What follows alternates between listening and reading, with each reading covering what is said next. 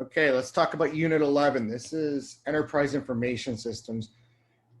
For many of you, this is going to be one of the most important units of the class. It's certainly going to be tested, but more importantly, this is a unit that you finance majors, you accounting majors, HR majors, to a lesser extent, marketing majors, etc.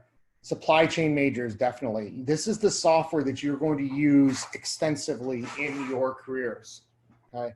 You're going to be using enterprise information systems, also known as, well, one type being enterprise resource planning, which kind of covers the gamut of functional areas, as well as specific software within each of those areas that I mentioned. Okay?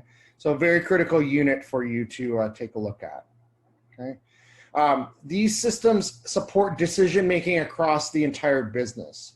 They allow us to coordinate resources, which is why they're called ERP or Enterprise Resource Planning, okay? So they allow us to make decisions about the business. They allow us to have visibility in real time. These didn't always exist, by the way, so we used to have to do things manually. I mean, by the way, this is well before my time because ERPs have been around since I was, a kid, basically. So this is not something that's relatively new. These systems have been around for a long time.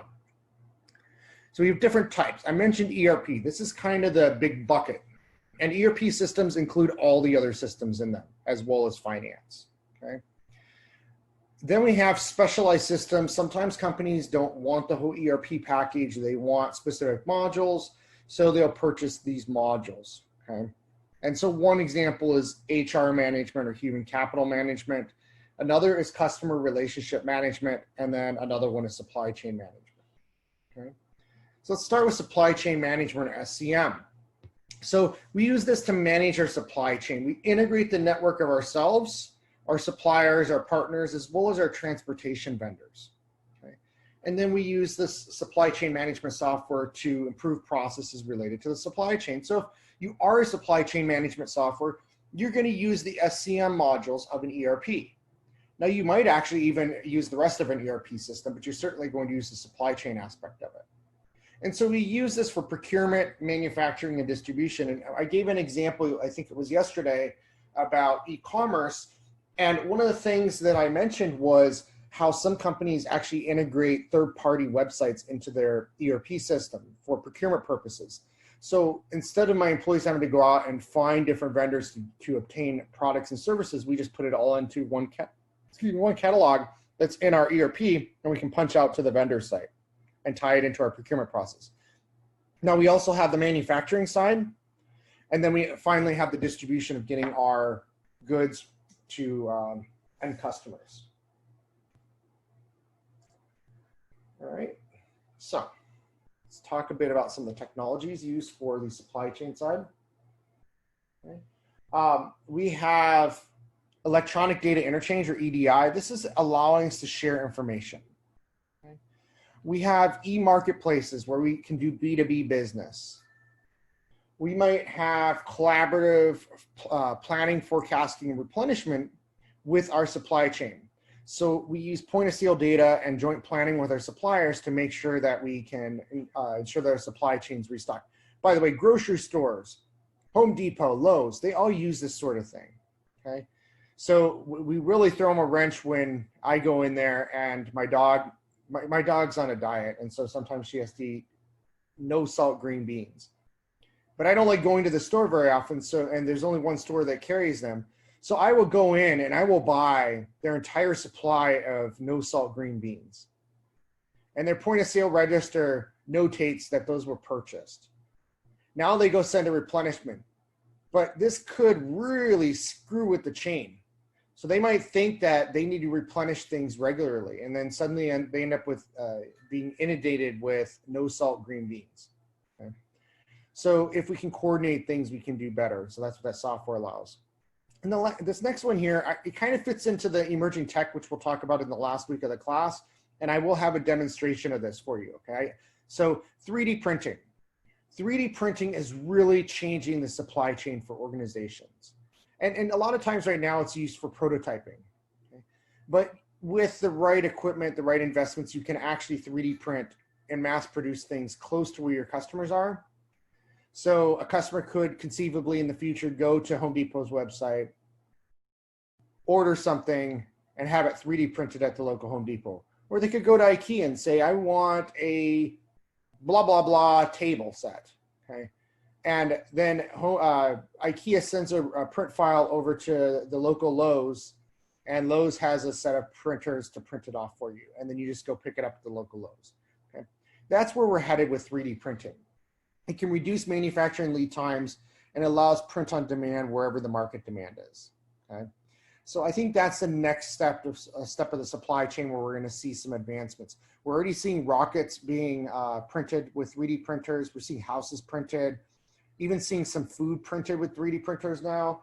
And certainly a lot of people have 3D printers now. They're very cheap to get a 3D home printer now. So you can get a very low cost, small 3D printer for the home for a lot less money than you could in the past, right? I'm using it for PPE. So I've been printing masks and shields on mine. And so that allows me to print gear that I can't easily buy, okay? That's how, by the way, a lot of people are doing 3D printing right now, hobbyists and stuff. They're printing PPE for doctors, hospitals, and then themselves. Now, drones is another area of supply chain looking at the distribution side. So there are businesses, and I just saw Walgreens Boots announce that they're going to be the first company to use a drone for delivery. But Amazon's using drones in their warehouses, and they're testing the usage of drones for delivery as well. So I really see those of you in supply chain, you may not have thought that your area was going to be full of technology, but guess what? It's a technology-driven world today. So you're going to probably see a lot of changes in that area. As far as SCM systems go, we have SAP is the big one. That's what most organizations use, okay? We don't have access to SAP at UCR, so we aren't able to let you try that out. But SAP is the big one that you'd end up using in your careers probably. And if it's not SAP, then it's going to be either Oracle, JDA, or Ariba. Okay? As far as IoT for SCM, this is another area where I think technology is going to come into play for supply chain, and that's the Internet of Things, or IoT. Okay? We're going to see this used to do process automation for manufacturing. We're going to see it used for transportation improvements. We're already seeing that. For example, there's a company called Smart Drive Systems in San Diego that has IoT devices in trucks to do tracking and video. Okay. So now when there's a near miss, the brakes get applied on a truck, there's a sensor that goes off, starts recording video to see what's going on. And so this allows them to do driver training and prevention of accidents. We can also do tracking. So we can do IoT tracking, so we can have little sensors and devices to allow us to track them. And so Walmart's been a big industry leader in technology for their supply chain. It's kind of a necessity when you have a business that large. Improvements to inventory management. We can track inventory. We can make sure that inventory is being held in conditions that are appropriate to make sure it doesn't spoil or whatever it might be. And we can reduce waste as well. Now we shift gears to CRM, or customer relationship management. This is for all of you marketing and folks who go to marketing, business development, sales. Okay? This is where you can track your customer contacts, build relationships, improve an understanding of the customer behaviors. This allows you to improve your engagement techniques. This allows you to do sales management and analysis in real time, and it also allows you to do personalization of your outreach. Okay? So to give you an example of the use of this, businesses use a product called Salesforce. Okay? And Salesforce allows the business to have visibility at any time into the actual health of customers and the sales process. And so a lot of organizations use Salesforce or something similar. Okay? I use it. I don't go into it every day because I'm not in a business development role, but I do use it to plan my activities to determine what my priorities need to be. I also use it to gather data for making justifications to executives. So I present to executives at different levels, and I do it pretty regularly. And so I recently presented to the CEO level, okay? And so I had to go pull data out of Salesforce to make my argument. And my argument was compelling enough that I've been invited back to do another presentation in a couple of weeks with a specific plan. And so as part of that, I'm gathering even more detailed data out of Salesforce. Okay. CRM system, Salesforce is one, Infor, SAP, Oracle, and then there's a couple of free or low cost ones that you can try out. Okay. So Odoo is what I typically use in this class, but for summer session, I'm not able to do that sort of thing. Okay.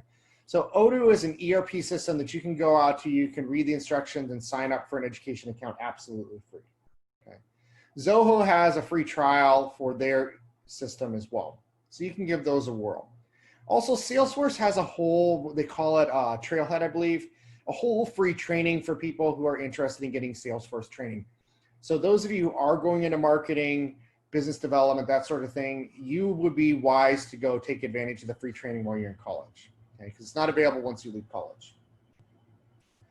The next area is knowledge management. This allows us to improve our CRM systems so we can share knowledge between divisions, between people. We can build knowledge repositories. So if you're helping a customer with an issue and you figure out how to solve it, the next person who comes along with that same issue or similar issue can go use the knowledge that you learned and resolve that customer issue a lot faster. So some examples are Microsoft SharePoint, and I can't believe I'm saying this, Lotus Notes, because Lotus Notes is a really old product. But Microsoft SharePoint is what a lot of organizations use for this. Atlassian Confluence is another example, and then you've got Zendesk and some other things. Enterprise resource planning, this is the big kahuna. It includes a lot of different modules. Okay? So this is an integrated system that we use to collect, process, and analyze enterprise data so we can make better decisions. And so I've named off some of the modules, but some of the ones I haven't named off are accounting, manufacturing, purchasing, and vendor management. The benefit of this is we can have timely information integrated across the business. We can improve customer and employee satisfaction. We can better plan improvements to the business, and we can have higher reliability of information because we have a single point of information.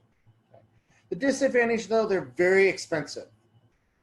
Unless you're using something like Odoo or Zoho, you're talking potentially millions of dollars. Okay. They're extremely complex. You need an army to maintain these things. And then you also have to have training for your employees. There are different ERP vendors, SAP being the biggest, Oracle probably a close second, Sage and Microsoft in distant positions. Now, you can ignore the last slide, but this is instructions for if you want to go get an academic account. You don't have a project in this class, okay? But you're certainly welcome to go sign up. The key thing if you sign up for Odoo is you need to sign up using edu- whatever you want to call your fake company, okay? If you don't put an edu- in front, you will not get a free academic account. You'll get a trial account that will expire very quickly. And the last thing is, once you set up an account, you should click the email verification link within 1 hour, okay? If you don't, they're gonna delete your instance and you're gonna start all over again. Again, optional, not something that's required for this particular class, okay? But it is something that might be very helpful to you.